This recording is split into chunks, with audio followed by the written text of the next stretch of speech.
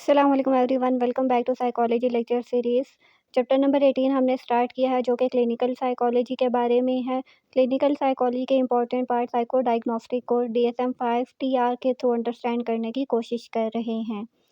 First category of neuro developmental disorders हैं जिसमें intellectual developmental disorders detail में पढ़ चुके हैं। करंटली हम कम्युनिकेशन डिसऑर्डर्स डिस्कस कर रहे हैं। इसमें से language disorder, speech sound disorder and childhood fluency disorder यानी स्टटरिंग ये डिटेल में पढ़ चुके हैं।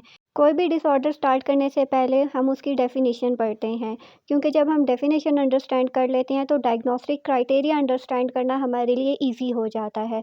तो अब हम फर्स्ट पे देखते हैं कि सोशल कम्युनिकेशन क्या होती है। सोशल कम्युनिकेशन इसके spoken language, non verbal cues और इंटरपर्सनल यूज़ को किस तरह से यूज़ करते हुए मैं अपनी इन्फॉर्मेशन आपसे एक्सचेंज करती हूँ, फीलिंग्स को एक्सप्रेस करती हूँ या फिर एक सोशल रिलेशनशिप मेंटेन रखती हूँ, ठीक है।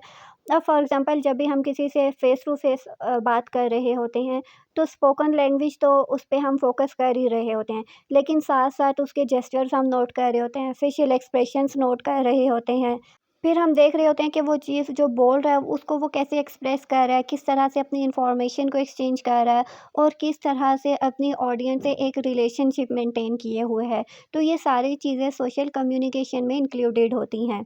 अब सोशल कम्युनिकेशन का फ़ोकस सिर्फ़ ये नहीं होता कि सामने वाला क्या बोल रहा है, बल्कि इसका फ़ोकस इस चीज़ पे होता है कि हाउ, व्हेन एंड व्हाई, ठीक है? यानी डिफ़रेंट सोशल सिचुएशन में कोई भी पर्सन किस तरह से, क्यों, कैसे बिहेव करता है, किस तरह से अपने इमोशंस को एक्सप्रेस करता है, किस तरह दूसरे लोगों से कम्युनिकेट करता है। तो जब भी एक इंडिविजुअल दूसरे से कम्युनिकेट करता है तो उसका जो कम्युनिकेशन स्टाइल होता है उसके कुछ मेन एलिमेंट्स होते हैं। फर्स्ट पे हमारे पास आते हैं verbal skills.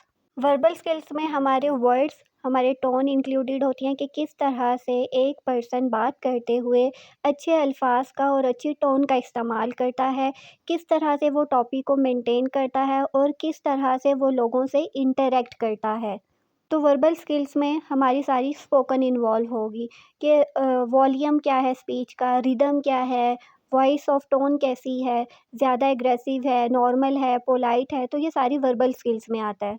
Second one is non verbal skills. अब इसमें क्या आता है, फेशियल एक्सप्रेशंस को आप किस तरह से यूज़ करते हो, जेस्चर्स आपके क्या हैं, पोस्चर क्या है, आई कॉन्टैक्ट क्या है। फॉर एग्ज़ाम्पल अभी मैं आप लोगों को सिर्फ मेरी स्पोकन सुनाई दे रही है, ठीक है? लेकिन अगर मुझे यहाँ पे लाइव कोई बैठे हुए रिकॉर्डिंग करते हुए देखे, तो उसको लगेगा जैसे मैं उससे बात कर रही हूँ, ठीक है? तो मैं प्रॉपर ऐसे बात कर रही होती हूँ कि मेरे हाथ भी साथ मूव कर रहे होते हैं, मेरा आई कॉन्टैक्ट भी मेंटेन हो रहा होता है। तो ये छोटी-छोटी स्किल्स होती हैं जो कि बहुत ज़्यादा इम्पॉर्टेंट होती हैं, ठीक है? अगर आप खुद भी किसी से बात करें, तो आप अपने हाथों का इस्तेमाल करें, आई कॉन्टैक्ट मेंटेन करें। अगर बैठे हुए हैं तो आपका सिटिंग पोस्चर अच्छा होना चाहिए, अगर आप स्टैंडिंग हैं तो आपका स्टैंडिंग पोस्चर भी बहुत ज़्यादा मैटर करता है। तो ये सारी हमारी नॉन वर्बल स्किल्स होती हैं। तो जब हम किसी से बात करते हैं तो वर्बल स्किल्स हमारी 7% इन्वॉल्व होती हैं, जबकि बाकी 93% जो है हमारी कम्युनिकेशन वो नॉन वर्बल होती है। नेक्स्ट इज़ सोशल अंडरस्टैंडिंग के दूसरे पर्सन के पर्सपेक्टिव को भी आपने अंडरस्टैंड करना है, ये भी एक सोशल कम्युनिकेशन का पार्ट है, ठीक है? सिर्फ स्पोकन पे आपने फोकस नहीं करना है बल्कि आपको एक एक्टिव लिसनर भी होना चाहिए। देन हमारे पास प्रैग्मैटिक्स है, ठीक है? हमारा टॉपिक ही यही है कि सोशल प्रैग्मैटिक कम्युनिकेशन डिसऑर्डर। तो प्रैग्मैटिक्स का मतलब ये होता है कि किस तरह डिफरेंट सिचुएशंस में आप लैंग्वेज का एप्रोप्रिएटली यूज़ करते हैं, अच्छे तरीके से यूज़ करते हैं और किस तरह से इनडायरेक्ट एक्सप्रेशंस या लैंग्वेज को आप अंडरस्टैंड करते हैं। अब डेफिनेशन पढ़ने के बाद डायग्नोस्टिक क्राइटेरिया अंडरस्टैंड करना आपके लिए ईज़ी है। तो सोशल प्रैग्मैटिक कम्युनिकेशन डिसऑर्डर का डायग्नोस्टिक क्राइटेरिया देखते हैं। क्राइटेरिया है कि परसिस्टेंट डिफ़िकल्टी होती है कि ना तो वो वर्बल कम्युनिकेशन को यूज़ कर पा रहा होता है, ना ही नॉन वर्बल स्किल्स का यूज़ कर पा रहा होता है। क्राइटेरिया में फर्स्ट पॉइंट क्या है कि सोशल पर्पसेस के लिए जो एप्रोप्रिएट लैंग्वेज हमें यूज़ करनी होती है, पर्सन को उस लैंग्वेज को यूज़ करने में इश्यू आ रहा होता है। फॉर एग्ज़ाम्पल वो ग्रीटिंग्स नहीं कर पाता और ना ही इन्फॉर्मेशन सही से शेयर कर पाता है। पॉइंट नंबर 2 इज़ कि अब हम डिफरेंट लोगों के साथ डिफरेंट लैंग्वेज यूज़ करते हैं, डिफरेंट कॉन्टेक्स्ट में डिफरेंट कम्युनिकेशन यूज़ करते हैं। अब ये जो पर्सन होगा ना, ये इस चीज़ को यूज़ नहीं कर पाएगा, इसमें इसकी इम्पेयर्ड होगी, ठीक है? फॉर एग्ज़ाम्पल उसको नहीं पता होगा कि बच्चे से कैसे बात करनी है, एडल्ट से कैसे करनी है। उसको ये नहीं समझ आएगी कि नॉर्मल वे में उसने कैसे बिहेव करना है और क्लासरूम में कैसे लैंग्वेज का यूज़ करना है। इन शॉर्ट किस सिचुएशन से मैचिंग इन्फॉर्मेशन को या कम्युनिकेशन में उसको इश्यू होगा। थर्ड पॉइंट इज़ कि कन्वर्सेशन के लिए कम्युनिकेशन के स्टोरी टेलिंग के जो रूल्स होते हैं वो उनको फॉलो नहीं कर पाता। जैसे वो सिर्फ बोलता जा रहा है, उसको वो ये नहीं देख रहा कि सामने से उसको रिस्पॉन्स आ रहा है या नहीं। अगर सामने वाला किसी बात को अंडरस्टैंड नहीं कर पा रहा तो वो उसको रिफ्रेज़ नहीं कर पाता और ना ही उसको पता होता है कि किस तरह से उसने वर्बल और नॉन वर्बल लैंग्वेज या स्किल्स दोनों का यूज़ कैसे करना है। पॉइंट नंबर 4 में वो एक्सप्लेन करता है कि कुछ बातें जो हैं वो हम इनडायरेक्टली बोलते हैं, कुछ हिडन वर्ड्स यूज़ करते हैं जिसमें मीनिंग जो है वो विज़िबल नहीं होता, ठीक है? और समटाइम्स हम लोग ह्यूमर्स का यूज़ करते हैं, इडियम्स का यूज़ करते हैं, मेटाफर्स का यूज़ करते हैं, लेकिन ये पर्सन जो होता है ना, इसको इन चीज़ों को अंडरस्टैंड करने में डिफ़िकल्टी होती है। इन शॉर्ट इनडायरेक्ट लैंग्वेज का जो यूज़ हुआ होता है ना, उसको ये अंडरस्टैंड नहीं कर पाता। क्राइटेरिया बी क्या है कि जब इतनी ज़्यादा उसको प्रॉब्लम फेस कर रहा है तो इसकी वजह से वो इफ़ेक्टिवली कम्युनिकेट नहीं कर पाएगा, सोशल पार्टिसिपेशन नहीं होगी। जब सोशली अपनी नीड्स को एक्सप्रेस नहीं कर पा रहा तो इसका मतलब है सोशल रिलेशनशिप्स नहीं रख पाएगा, एकेडमिकली पुअर होगा, ऑक्यूपेशनल परफॉर्मेंस भी उसकी अच्छी नहीं होगी। क्राइटेरिया सी अगेन क्या है कि ये प्रॉब्लम्स कब स्टार्ट होते हैं? अर्ली डेवलपमेंटल पीरियड्स में। और देन क्राइटेरिया डी क्या है कि यही कंडीशन जो है किसी अदर मेडिकल कंडीशन या न्यूरोलॉजिकल कंडीशन से एक्सप्लेन नहीं होनी चाहिए। उसके साथ ये भी देखना होता है कि किसी और मेंटल कंडीशन से इसके सिम्पटम्स मैच तो नहीं हो रहे या किसी और से डिसऑर्डर के सिम्पटम्स भी तो बच्चे में शो नहीं हो रहे। अगर शो हो रहे हैं तो फिर आपको वो बाकी सारे भी डायग्नोस्टिक क्राइटेरियाज़ देखने होते हैं।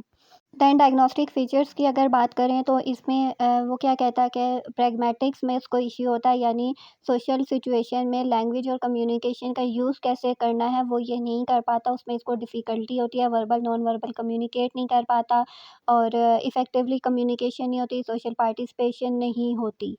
एसोसिएटेड फ़ीचर्स अगर देखें तो अगर बच्चा जो है वो लैंग्वेज माइलस्टोन उसके डिले हों, यानी लैंग्वेज को टाइमली अचीव ना कर पाए, तो उसकी वजह से भी सोशल कम्युनिकेशन डिसऑर्डर्स के फ़ीचर्स शो हो सकते हैं। दैन डेवलपमेंट एंड कोर्स है बाय एज 4 और 5 इयर्स मोस्टली बच्चे जो हैं उनकी स्पीच और लैंग्वेज एबिलिटीज़ या लैंग्वेज स्किल्स जो हैं वो बहुत ज़्यादा स्ट्रॉन्ग हो जाती हैं। अगर 4 से 5 साल के बच्चे से आप बात करें तो वो सोशली बहुत अच्छा कम्युनिकेट करता है, उसकी लैंग्वेज स्किल्स बहुत अच्छी होती हैं। वो वर्बल, नॉन वर्बल लैंग्वेज का बहुत अच्छा यूज़ कर सकता है, वो हिडन मीनिंग को अंडरस्टैंड कर लेता है।